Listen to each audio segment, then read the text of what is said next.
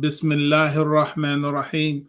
Wa ashhadu an la ilaha illallah wa ashhadu anna Muhammadar Rasulullah. Dear brothers and sisters, Assalamu alaikum wa rahmatullahi ta'ala wa barakatuh. Alhamdulillah, thank you for joining us this morning for University Dimension Leadership. We just aired yesterday's recording of the live Jum'ah from Masjid Watheen in Oakland, California. Alhamdulillah, the 14th segment of Taqwa and the Game of Life.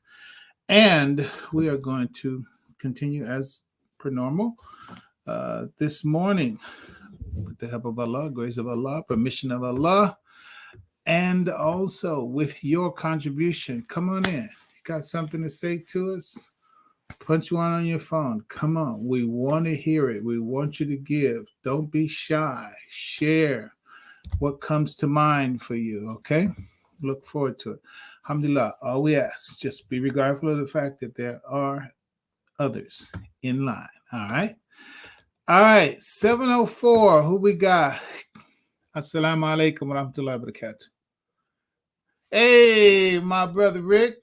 What's going on, man?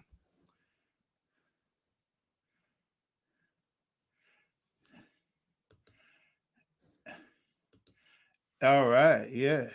Inshallah. Inshallah. What you got for us? I sent you a picture. I sent you on your regular phone.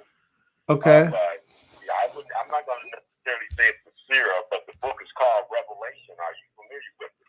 Revelation? No. I'll look at the picture that you sent it to my phone, right? Okay, I'm looking at it. Okay, yeah, I'm looking at it. No, I haven't seen this book. Who's the author?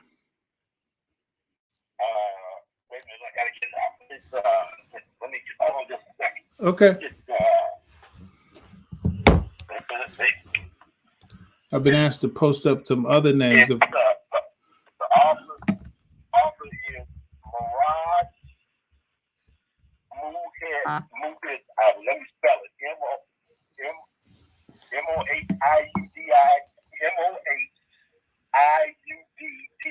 Muhammadin. Okay. I see what you said. So okay, good.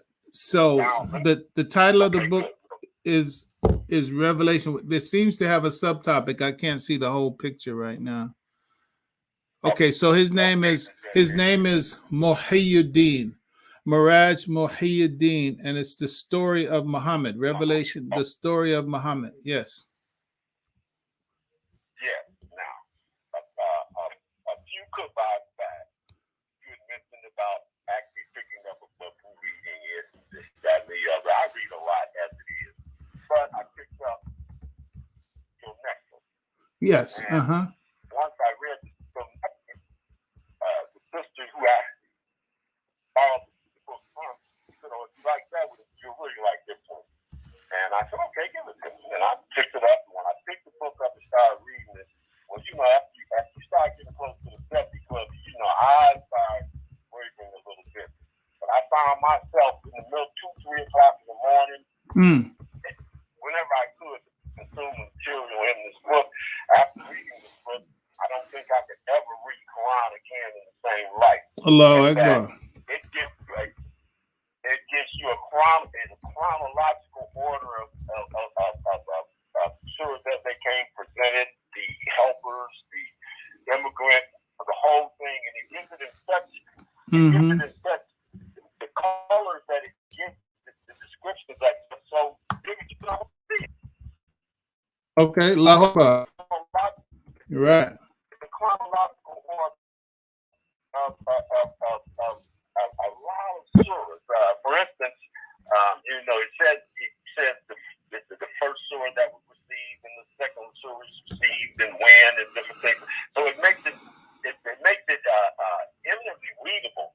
And that when you're reading Quran, you may be in one surah that happened in the latter portion of his life, or in the former or in the earlier portion of his life. They break the book down into basically Quranic years, and it's the pre-Meccan, the Meccan, and Yeah. and back to that. Alhamdulillah. Wonderful All right, Rick, I'm going to thank you. We got folks lined up, so we got that note, and I'm going to type that into the chat so that others can get it. It's Revelation. It's the story of Muhammad. Let's see. Yeah, the story of Muhammad. The story of Muhammad.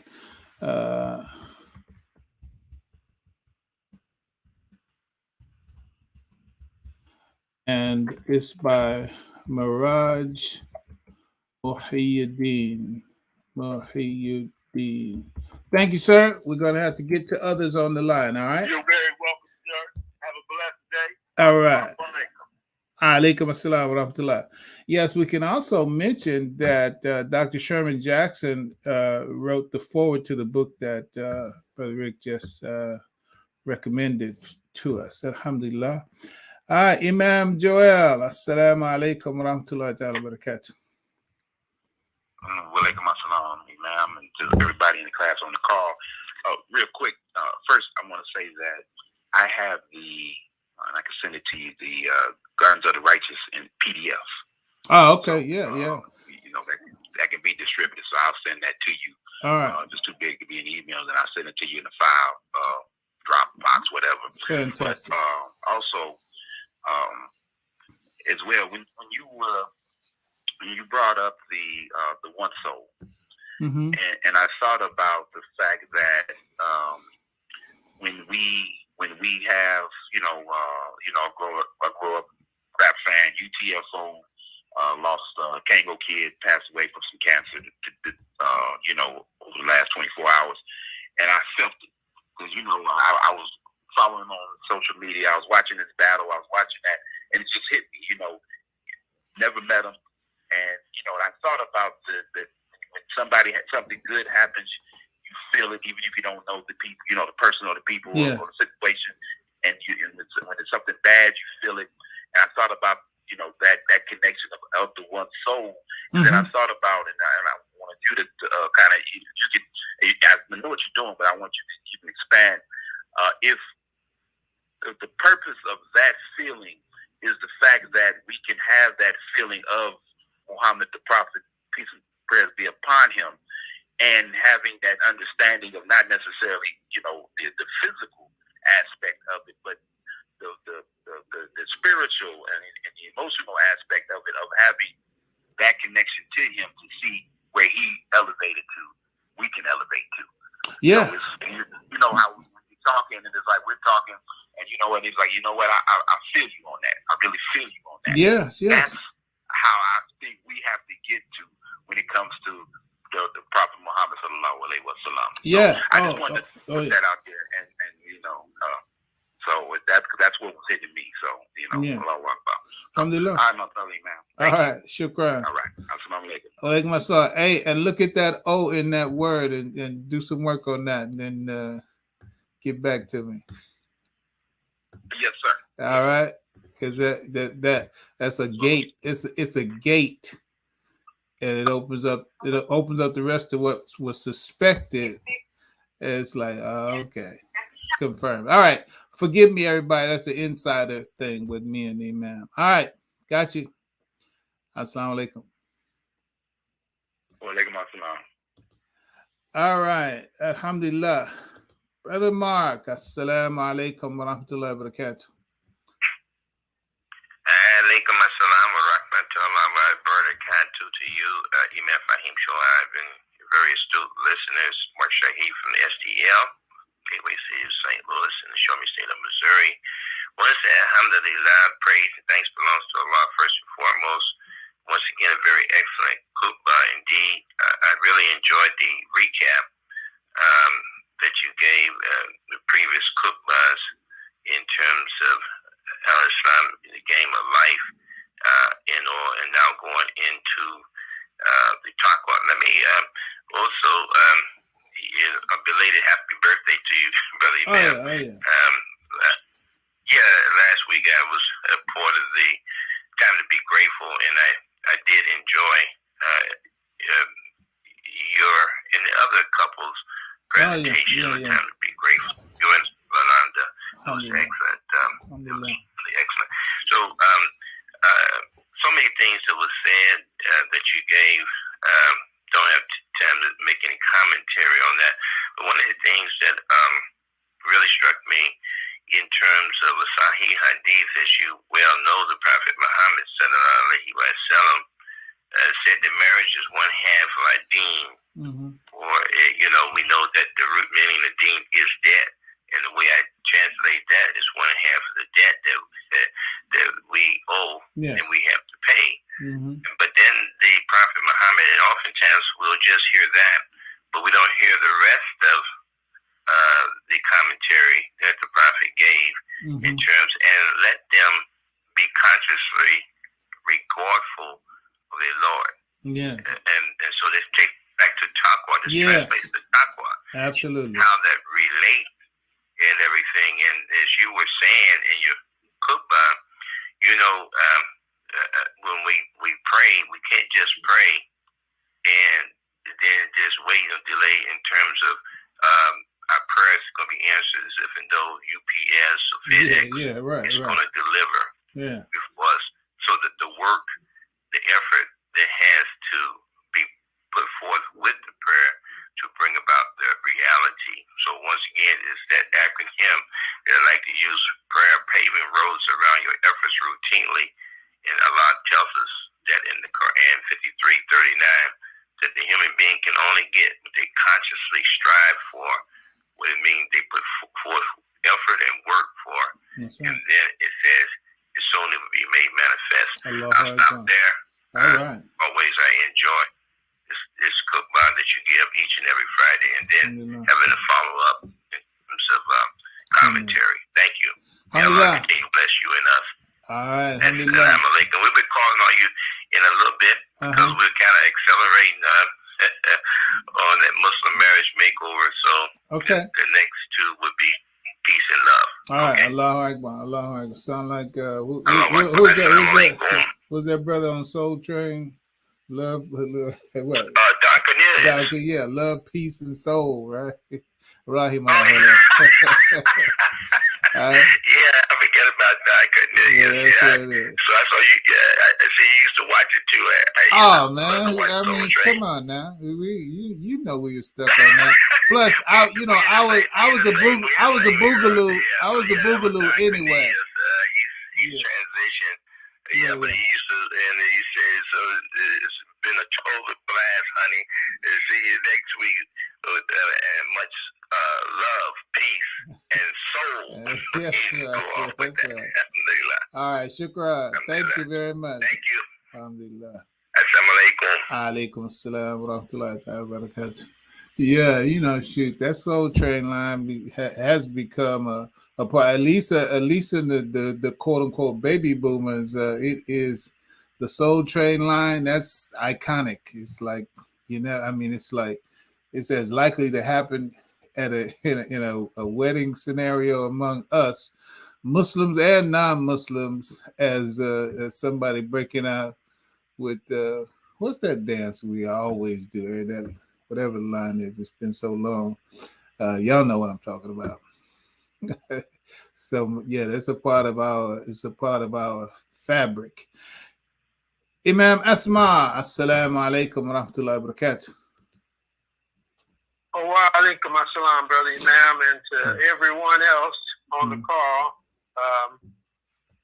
So I'm speaking to today the help, about the help, seeking the help, and looking at the different narrations.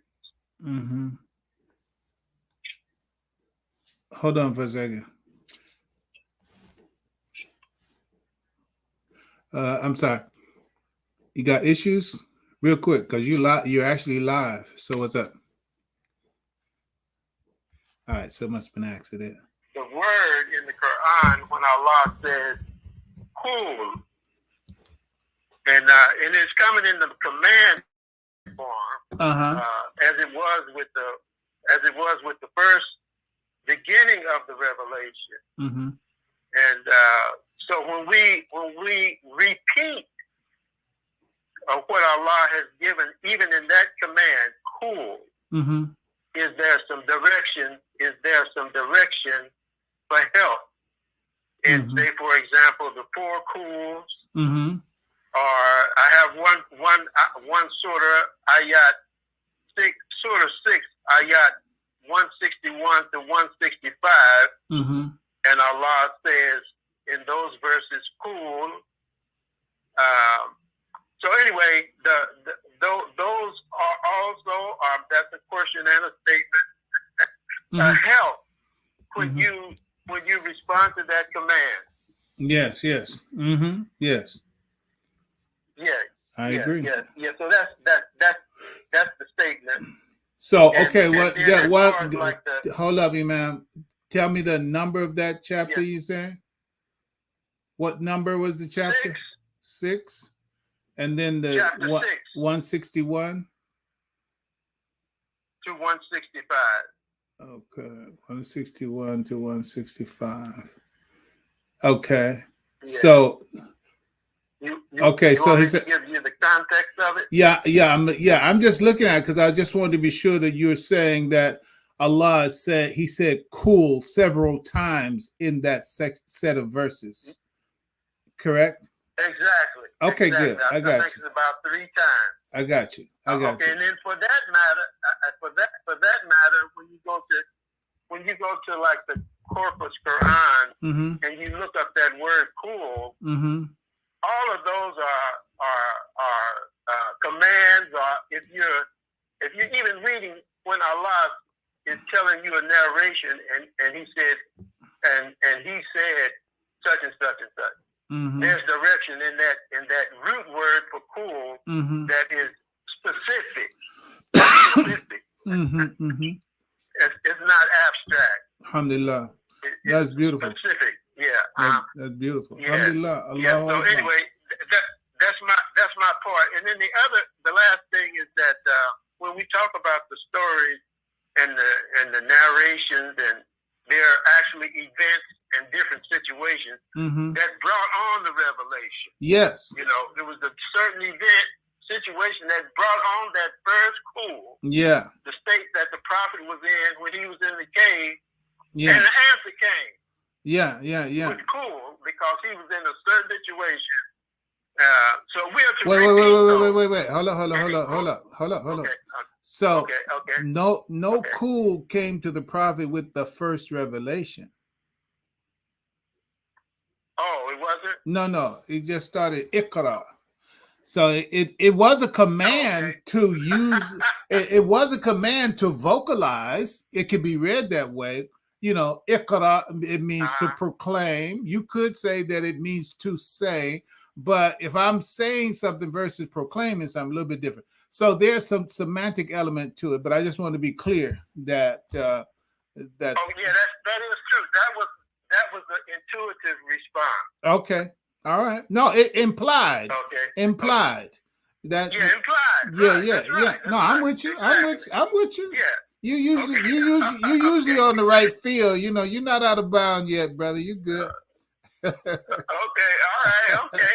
So the last thing in those stories and narrations comes this thing of cognition, where you spoke about the neurology. Yes. And the chemical neurology. Yeah. Well, along with that is cognition. Yes. And the cognitive response. Yes. To any event. Yeah. Okay. But in those events and stories, there are these things such as values, what you believe, absolutely, what you value, what you feel, the rational process, and also it could be irrational, as in the case of Joseph and his brother, was more irrational, and then the idea of blame, those stories, and then thereafter are the consequences. That you either want to observe or that you don't want to observe. And then also,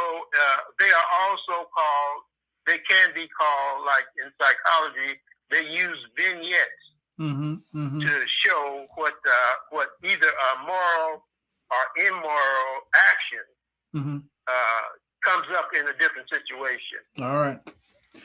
All righty, man. Thank Okay. you as That's always. Alhamdulillah. Alhamdulillah. Shukran.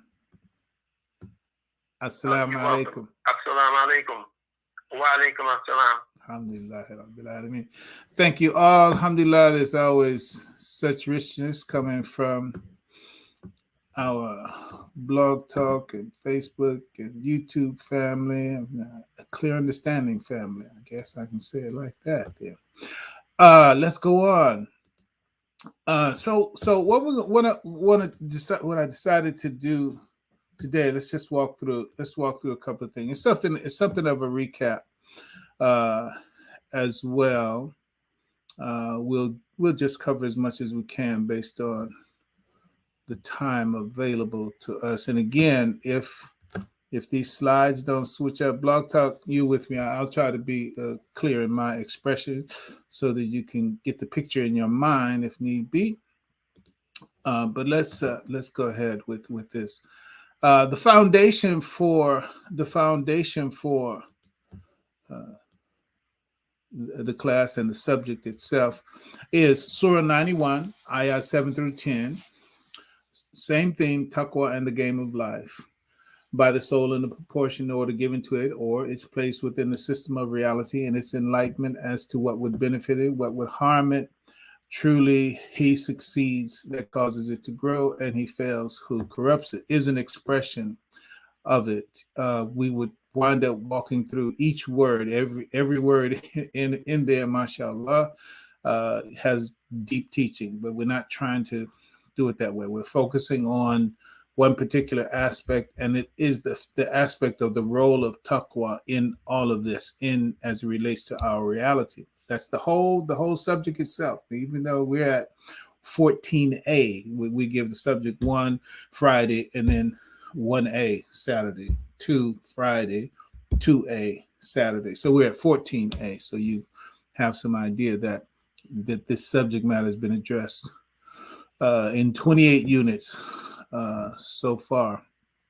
And I'm not going for some kind of Guinness Book of World Records. It's just what it takes, mashallah. Thank you for riding along. And I pray it's a benefit to you. And I'm only sharing with you what, mashallah, Allahu Alam, I've jokingly said, but I mean it very seriously. You know, B.B. King had a song, I love to live the life that I sing about. I'm not perfect in all these things that I'm saying, but I'm telling you, my satisfaction of life, my sense of life, my invitation to you to have, like I said, a sense of empowerment, autonomy, independence, confidence, energy. This is no boast. It just says like, this is where Muslims are supposed to live. That's who we are. That's what we are. And so I love for my brothers. That's what I love for myself. So I'm not just eating up time. That's not my intention to just take more time to do this. No, you need to know this. You know, it's like take 2 of these and call me in the morning kind of scenario. It's a prescription. Allahu Alam, and I'm speaking from my experience of benefit. Okay, so enough of that. So the idea is about the soul. Blessed is he that causes it to grow. That is, he succeeds that causes it to grow. Qad aflaha man zakaha, right? And then the hadith, this hadith of Muhammad sallallahu alaihi wasallam that is central to understanding the game of life and the aim of life, right? Ibn Masud radiallahu anhu, he relates that the Prophet sallallahu alaihi wasallam, he drew a rectangle, and in the middle of it, he drew a line lengthwise. The upper end of it protruded beyond the rectangle. Across the middle line, he drew a number of short lines. He indicated that the figure represented man, that the encircling rectangle was death, the middle line stood for his desires, and the short lines across it were the trials and tribulations of life. He said, if one of these misses him, he falls a victim to one of the others. That's an expression of it. Another reading of it, this is the English expression from Riyadh al-Salihin. But in any case, another formal reading of the Arabic, it points out, is saying there's one that will not fail There's one that will not fail to get. And the bottom line is that it's death. That is, you and I, we are going to definitely have certain trials and tribulations. But if a given trial or tribulation is not the end of you, there's one that will be the end of you, and that's death itself. So the point is that arrow going from the bottom to the top and those cross-hatching lines, I read it as usri yusra, usri yusra, usri yusra, difficulty, relief, times of ease, times of difficulty, times of ease, that's how it's going to be until we die. So you take that as a given. Just take that as a given. Don't, stop moaning, stop wailing, stop complaining, stop hoping, when is this going to be over? Look, as soon as you finish one thing, it's going to be something else. And that's what that verse tells you. The verse ends by saying, فَإِذَا فَرَغْتَ فَانْسَبْ. That is Surah Al-Shahr. فَإِذَا فَرَغْتَ فَانْسَبْ. When you're free from your immediate task, go after something bigger. Still labor hard. Keep on going. It's not over. Listen, it's not over until we die. And I'm talking about for this world. Okay? Then the real deal happens after we pass from this world. And that's what we're trying to be ready for. Any case, so trial, tribulation, difficulty, relief. That's the nature of our life, right? So these are the two features that when we overlay them in our mind and say, okay, but all these things are happening at the same time, right? The quest to cultivate my soul to be successful and to do so in the face of the trials and tribulations of life. That's what every day is. And, and when you break it down even more so, it's like in every one of your relationships, it's sort of like it's kind of like a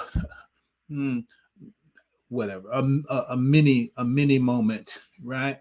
So it's like, okay, you're about to talk to your daughter, you're about to talk to your son, you're about to talk to your wife, you're about to talk to your business partner, you're about to do different. Hey, come on in here, man. I was just talking about, just mention you. Stick your head in so let people know why I'm so proud. Hold up. Oh, been down here, man. You too tall. Hold up. Let's see. Come on, this is my boy right here. Assalamualaikum. That's my boy. It's my bodyguard, man. Y'all come mess it up in here. You got problems. You're gonna have problems. All right, love you, man. All right. He just added to the family tree a brand new baby girl. Nuri, Allahu Akbar. Yeah. So, alhamdulillah. All right. Where was I before I was so blessedly interrupted? All right. So we're talking about the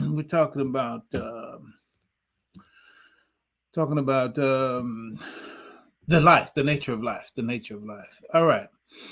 So every moment is a moment, right? So, and the idea is about being conscious in each one of those moments. All right, good. So the slide changed. So okay, so here's the design. Here's the map that I use as a map for visualizing. Okay, what is it that we're dealing with? Life in and of itself. The aim of life is the game of life. Get that clear. The aim of life is the game of life. So I say taqwa in the game of life, right? Okay, so you can change it so to be sure to receive the impact and the significance of that title. It's poetically, it's the game of life. Everybody has a package for that in their head. So it's like, it's easy, right? Al-Islam or taqwa and the game of life. Okay, they go together. Okay, but what is it actually speaking to? The game of life is the aim of life. So it's taqwa and the aim of life. Functionally, it's taqwa and the aim of life. So it's like, you're going to receive some advice. Look, let me give you some advice on how to realize the aim of life. How to realize the aim of life, right? Taqwa is central to the aim of life. Taqwa is central to the aim of life for many reasons, and that's what we're laying out as we progress. And Allahu alam, Allah knows. So, ونفس وما سواها فألهمها فجورها وتقواها قد أفلح من زكاها وقد خاب من دساها. Now, this pyramidal figure, this triangular figure that we have here, we use it to delineate or to outline or to map out or to give a graphic representation of a progress that has to be made in all areas of our life that call for some kind of competency, some kind of capability, some kind of ability. And everything that you want to do, everything you want to achieve, everything that you're trying to realize in life, it comes as a product of movement up this scale. Unconscious, incompetent, conscious, incompetent, conscious, competent, unconscious, competent is a fourfold layered growth phase that fits conceptually for your understanding. It's not saying, okay, go to Holy Quran, the 5th chapter, 72nd verse, and then you'll see this. No. The idea is that categorically, the way that we operate in nature and the way that we operate in terms of skills development, that these are clear demarcations, clear delineations, clear categorizations of this is how you do it. You're playing chess, unconscious, incompetent, conscious, incompetent, conscious, competent, unconscious, competent. Tennis, football, basketball, golf, everything, father, mother, etc. Now, over on the side here, we give this little illustration mainly for the purpose of just understanding that there are games within the big game. The big game is life.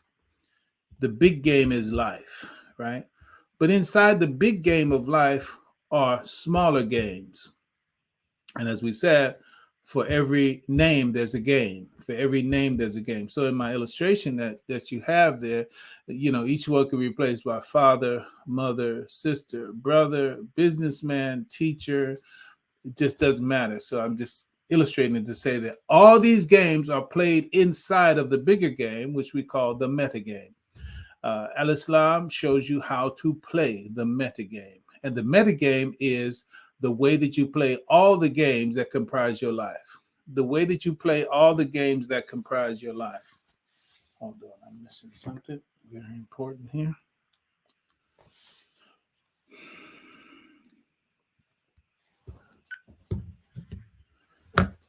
So Al-Islam is the big game, right? And another way of saying that, Al-Islam is the meta game.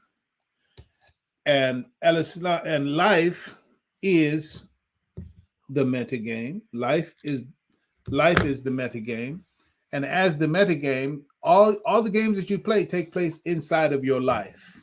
All right. You don't become literally a different person when you go from the house to the job. You know what I'm saying? Or you go from the job to the gym, or what have you. You're still the same person.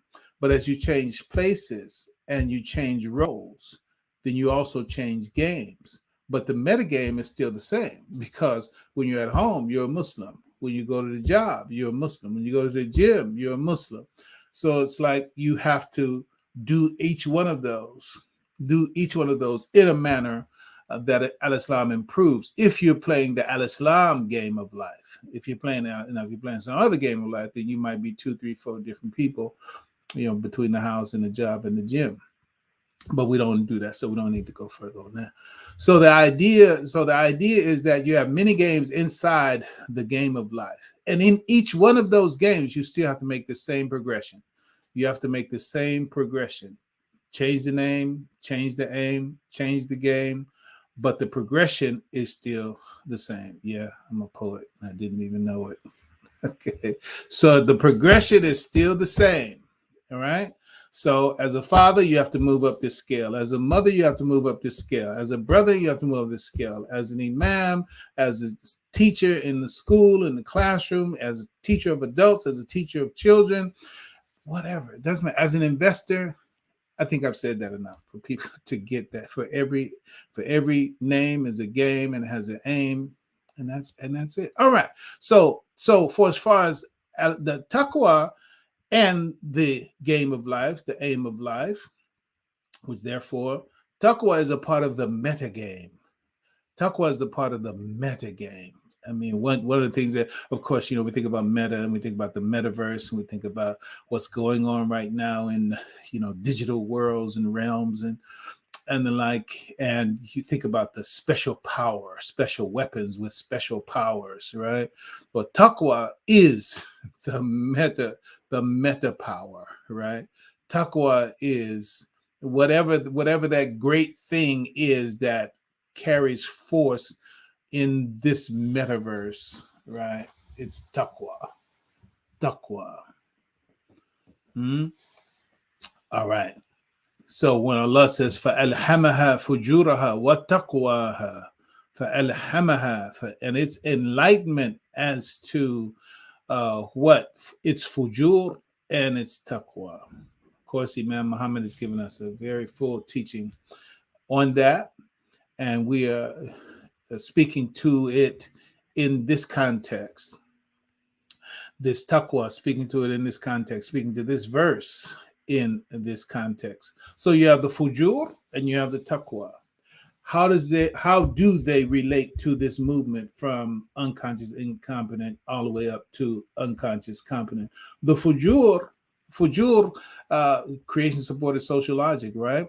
Fujur is connected with fajr. And again, it has a positive and a negative interpretation. When I say it has meaning that, it's positive and negative, I just want you to understand that.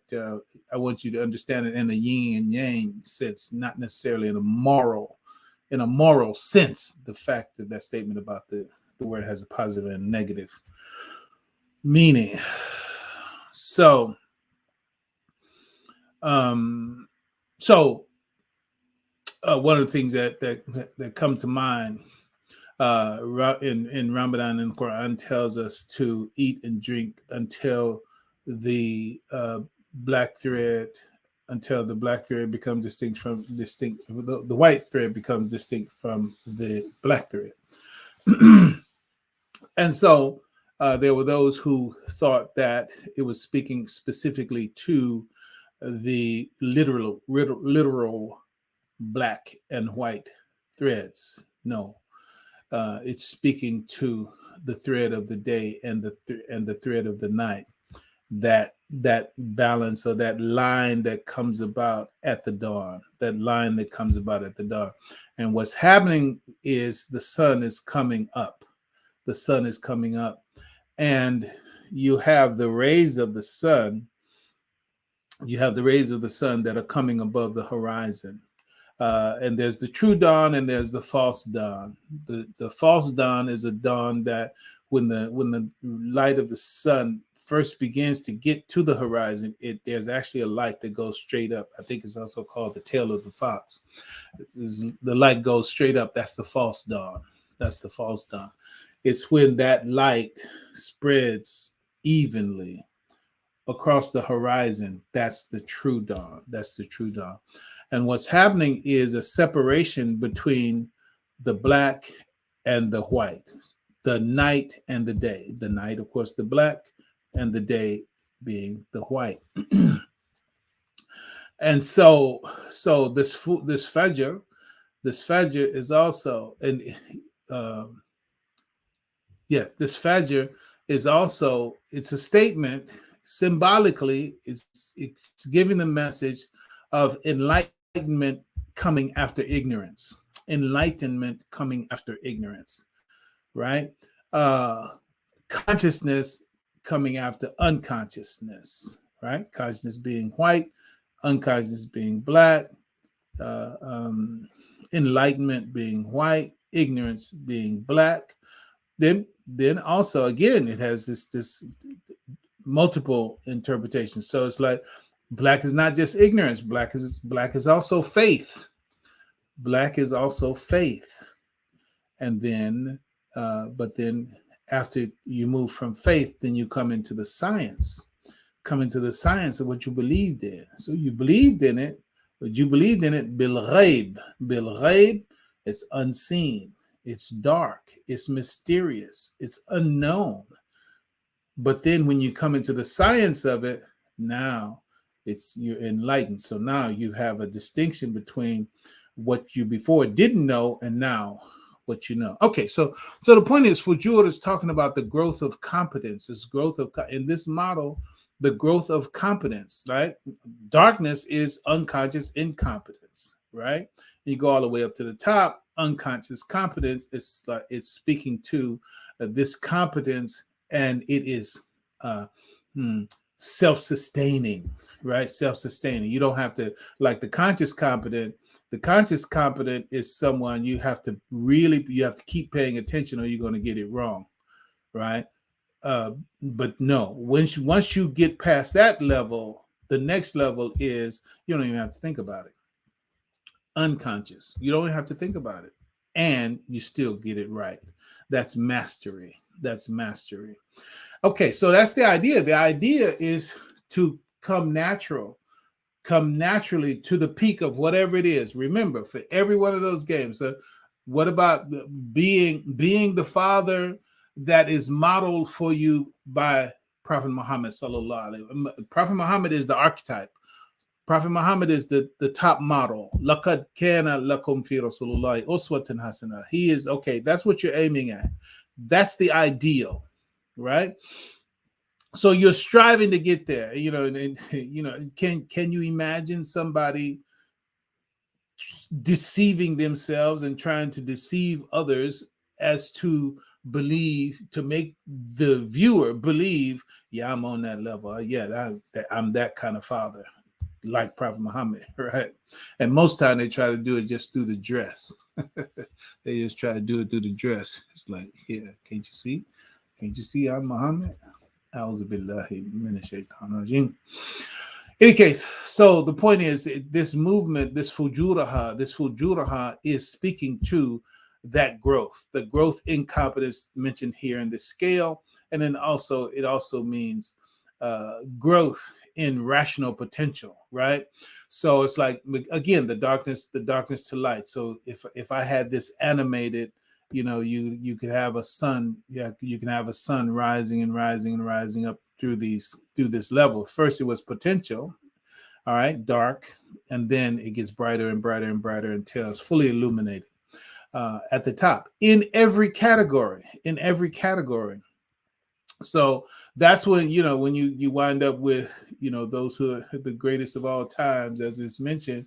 It's like they have ascended to the top of the hierarchy of whatever that game is: boxing game, golf game, tennis game, football game, basketball game, chess game, money game, whatever. So, all right, so enough of that. So fujuraha wa taqwaha. Now, so the fujuraha is growth in competence, growth in rational potential. That is where we're always trying, or should be trying, to make those moves in whatever game we are playing. And what I'm saying is that Al-Islam gives us the core wisdom and insight to be applied universally. Now, there are some particular things that someone who is trying to improve in any of the games that I just mentioned, the best one is going to be the one who progresses their rational potential. They grow in competence along with their respect for what Allah would have them do and the way that Allah would have them be in the process. Yes, go about being a father, go about being a mother, go about being a business person, go about being a sports or celebrity of whatever field that you're in, but always be aware of how what you're doing equates with what Allah wills for you, for your efforts, and for the life of man, because that's, as ibadullah, we're working for Allah to advance his will in the world. How are you doing it? I'm doing it as an engineer, one might say, or I'm doing it as a lawyer, or I'm doing it as a doctor, I'm doing it as a teacher, I'm doing it as a mother, I'm doing it as a father. All different games, but all of them come under the metagame. If you are a Muslim, you do it in a way that works toward the end that Allah subhanahu wa ta'ala has for all humanity, because everyone has to make the lawyer has to put his contribution and her contribution on the table, the doctor the same, the dentist the same, the artist the same, the writer the same, the teacher the same. Do you work for Allah? You work for Allah in the world, and you have evolved the talent potential that you've had. You realize it, you brought into capability, and now you're using it to serve the will of Allah in the world. It's not for lining your pockets, but Allah did not give you anything that, if it is not, that is not useful and valuable, and for which there will be a compensation. It's the nature of human beings, because if you bring utility, you're going to be successful. The Prophet says, sallallahu alaihi wasallam, surely the best among you is the one who is most useful to society. And the reality of the nature of life is such that you see value in something, yeah, there's a price. There's a price, but the price is not equal to the value. The value must be greater than the price, or you wouldn't exchange the price for whatever it is that you're after. So the idea is that when Allah gives you something that has value to the people, you realize its potential for utility, and it's demonstrated to the individuals, then the individual will naturally make the financial exchange. And just to speak about it financially, will make the financial exchange for what they find of value. That's it. That's the nature that Allah has put in all human beings. That's the nature that Allah has put in the potential in every human being having a talent. Allah has given each one of us something that is useful to somebody else in potential. Allah has given each one of us something that is useful in potential to somebody else. But each one of us have to cultivate that gift, that potential. We have to cultivate it into realization, actualization, utilization, and then take it to the marketplace. From that regard. But again, the idea is not for the market per se, it's in service to Allah subhanahu wa ta'ala. At the same time, you are serving with what you have created as utility. Well, then you are improving the circumstance and the nature and the condition of humanity in accordance with the will of Allah. If that's how you came about the realization of that thing that you brought to the market, okay, well then that's Allah paying you. That's Allah paying you through what you bring to the market, mashallah. Okay, so taqwaha qad aflaha man zakaha wa qad khaba man dasaha. Fujuraha wa taqwaha is what we're speaking of. So the taqwa, okay, so you grow in the particular skill set. I'm trying to make one side be very clear, concrete, and I want you to see the ibadi side of the other. One is concrete, utility, usefulness, ability, potential realized, capacity brought into capability. That's the fujuraha. When you understand that way, this is what you always have to do. There's a particular thing that you have to do. It's not staying home, fasting, praying, making dua, and that is your ibad. That is your ibadullah. You can hear in the word, that's ibad. That's ibad. Y'all work that out for me. That's bad. Just put it like that. No, that's not ibad. That's bad. No, the idea is that that's extreme. And that's not useful to the society. That's selfish. That's egotistical. That's self-righteous. No. Make something that society needs, something that's useful, right? And the Prophet said, that's the one who's the best. I'm thinking of the hadith of the people who were bragging on a man. And then the prophet asked, well, who takes care of him? They said, we do. He said, well, then you're better than he is. So on one side, you have to cultivate the real contributive potential that Allah has given you in your nature. You have to cultivate it up through this scale here, master it, bring it to the benefit of society. Boom. Now, at the same time, simultaneously, you have to do so with a growth, and it's like chicken and egg, somewhat, because they're a duality that go together. The fujur and the taqwa, they go together. The fujur and taqwa, they go together, and each one has to grow.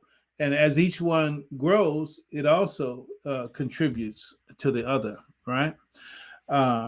So growth in consciousness of Allah's will in whatever the matter is. I've illustrated, I've thrown the list out enough times where that means it applies to everything. Growth in the consciousness of Allah, consciousness of Allah's will in the matter, right? Just one more time. It's like growth in the consciousness of Allah's will in the matter of being a father. Growth in the consciousness of Allah's will in the matter of being a mother. Growth in the consciousness of Allah's will in the matter of being a son. Growth in the consciousness and being a daughter and being a husband and being a wife. and everything else doesn't matter, and everything else. Because if you're doing something with and through and upon the potential that Allah subhanahu wa ta'ala has put in you, then it is something that by Allah's will, Allah has a will and a plan for it. Allah has a will and a plan for it. And so growth in the consciousness of Allah's will in the matter, that's your growth in taqwa. That's your growth in taqwa.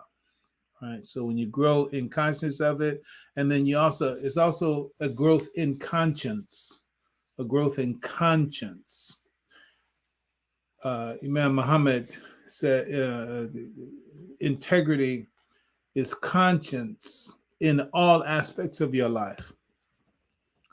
Integrity is conscience in all aspects of your life. See, someone may have conscience, let's just say, about their prayer, right? So it's like, I never miss my prayer. I always make sure I'm lined up for prayer. That's fine. But then when they go to the office, they cheat on their taxes, right? They do some other thing that is unethical, right? So that's not integrity. That's not integrity. And that's the sign, one of the signs in the Kaaba. One of the signs in the Kaaba, it's a six-sided figure and a cube, which is also one of the meanings of Kaaba. A cube is the most stable structure in the universe. It's the most stable structure in the universe. And the thing about a cube, I like to use a sugar cube. Whoa, let's go with a die, D-I, like dice, D-I-E, die. Okay, so now see a die, right? All of its little black pips, the numbers on it, right? And okay, so it's like, okay, you look at it, and I tell you turn around, and then I tell you now turn back, and then you look at it. I said, did I switch sides? Did I switch sides? You'll be able to tell me yes. You switch sides because there's markings on the die that tells you that something has changed. All right. But now let's do a sugar cube. If you have a sugar cube and you look at the sugar cube, I tell you turn around, and then I tell you turn back. You look back, and I ask you, well, did I change sides on the sugar cube? Can't tell. If I change sides, why? Because it's the same on every side. It's the same on every side. That's integrity. That's the nature of integrity. So the idea is growth in conscience. When you growth in conscience, you have the conscience that Allah would have you have in whatever area of your work, development, or what have you. When that grows, that's also success grows.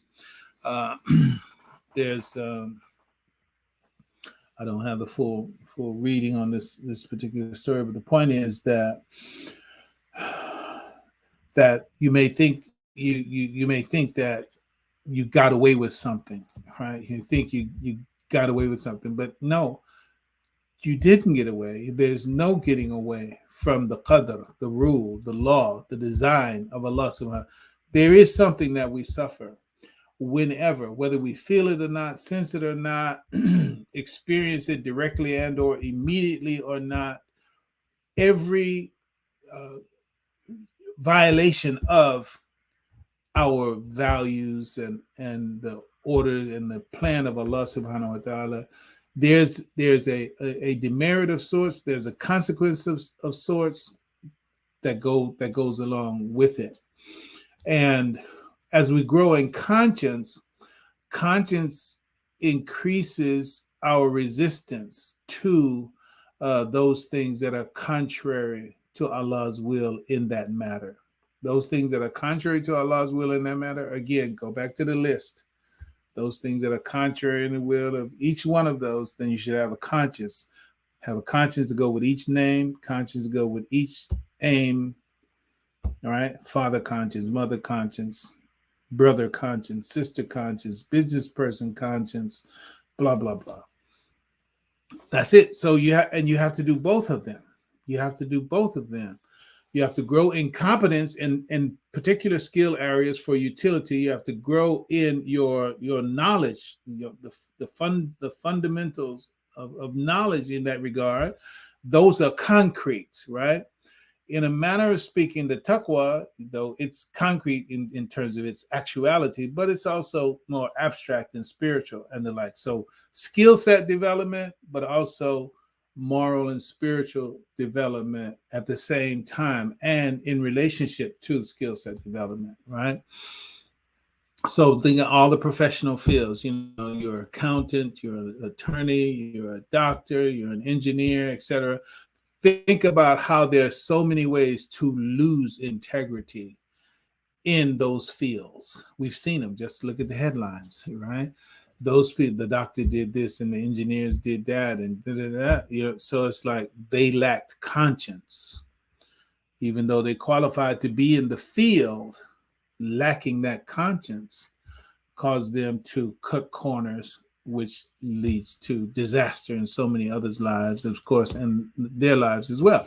So the point is that just understand fujuraha wa taqwaha means you're growing in competency and you're also growing in conscience.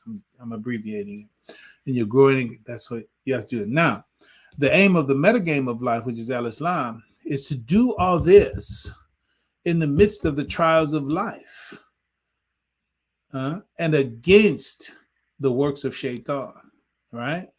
You go to medical school, you're going to law school, whatever, you're building your business, all of that, you have to do the two things that I'm talking about, fujuraha wa taqwaha, and you also have to do it in the face of that phone call. You get the phone call, 90 blah, blah, blah, blah, blah, blah, whatever the phone call was, which let's call it threw a monkey wrench into, man, I had my lesson plan all laid out. I had my schedule for the day all laid out. I had this thing I was going to do, blah, blah, blah.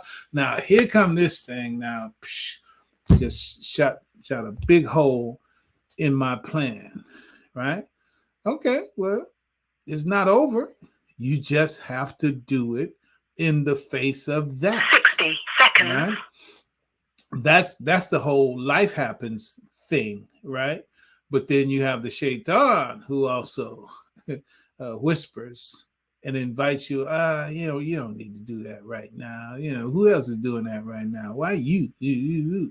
It's like that shaitan trying to give you an excuse and draw you away from the cultivation and the investment of time and energy and focus that you need in order to move up that scale. His plan is for you not to arrive at the top.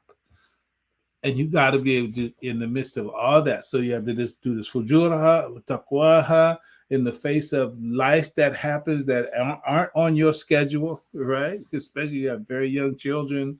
Those they're not on your schedule, right? And then also the temptations that go along with what you're dealing with, right? big money opportunity, business opportunity. If you only just shave this thing a little bit this way, it can make a difference of 5 or 6 zeros on your contract. No, Auzubillahi minash shaitan rajim. So mashallah, so that's gonna be it for today. Inshallah, I'm just gonna toss this image up here. I'm not gonna spend time on it. I'll leave it there for you, and I want you to go back if you would, and listen to the second part of the khutbah, where I was describing about the bucket and the well and going down and being on deeper levels and getting closer to the foundation of our reality. Here's an image illustration, so you can take a screenshot of that, and maybe I don't know, maybe next week we might talk about it, mashallah. But that's an illustration of it, so you can get it. So get a quick screenshot. It's in the recording now, and we're gonna check out. Oh, excuse me, I really didn't want to take it out just like that. Let's see.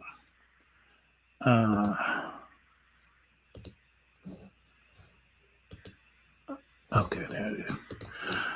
All right, so yeah, I'll leave it up here. And that's going to be it for today. Allah's peace be on you, everybody. Have a wonderful day. Inshallah, we'll see you tomorrow, and we're getting real close to some very important stuff around isomorphism and the like, forming yourself on the inside and seeing this translation of Quranic verses to our personal growth and putting ourselves together and constructing ourselves. So inshallah, that's tomorrow, inshallah, on Quran Salat Institute. Thank you. Allah's peace be on you, everybody. Have a wonderful day. Assalamu alaikum wa rahmatullahi ta'ala wa barakatuh. Thank you for using Blog Talk Radio. Goodbye.